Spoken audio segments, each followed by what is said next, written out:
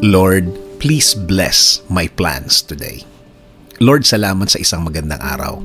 Salamat sa isang araw na pagbibigay niyo sa akin ng inyong proteksyon at pagmamahal. Salamat sa laging pagsama niyo sa akin.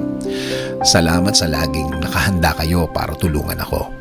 Alam ko na makakasama ko na naman kayo dahil ang araw na kasama kayo ay isang buong araw na puno ng pagpapala, puno ng mga magagandang bagay, puno ng proteksyon na para sa akin at para sa aking pamilya.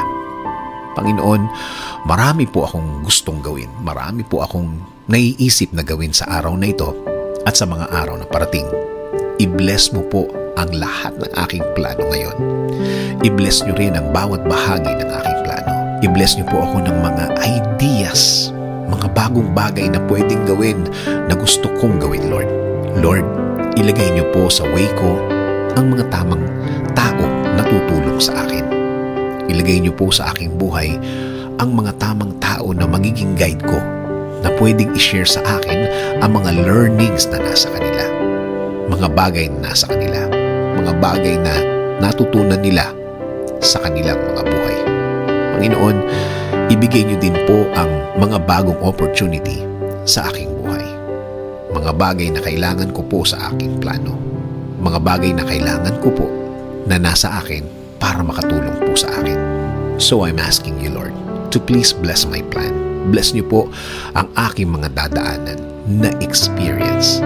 Mga pangyayari na sana po hindi po mabigat sa akin at hindi po mabigat para sa aking plano. Lord, panatilihin niyo po akong malakas. Ilayo niyo po ako sa mga sakit at mga viruses na nagkalat sa labas ngayon. Protektahan niyo po ako sa buong araw ngayon at sa mga araw na parating, Lord. Patuloy niyo pong bigyan ng solusyon ang aking mga problema. Patuloy niyo po akong bigyan ng wisdom. Turuan niyo akong maging mahinahon.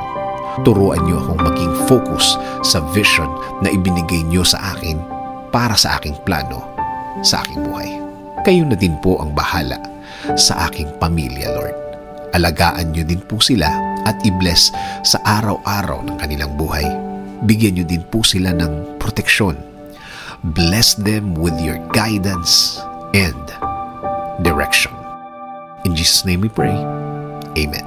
Sabi nga sa Proverbs 16:9, in their hearts humans plan their course, but the Lord establishes their steps.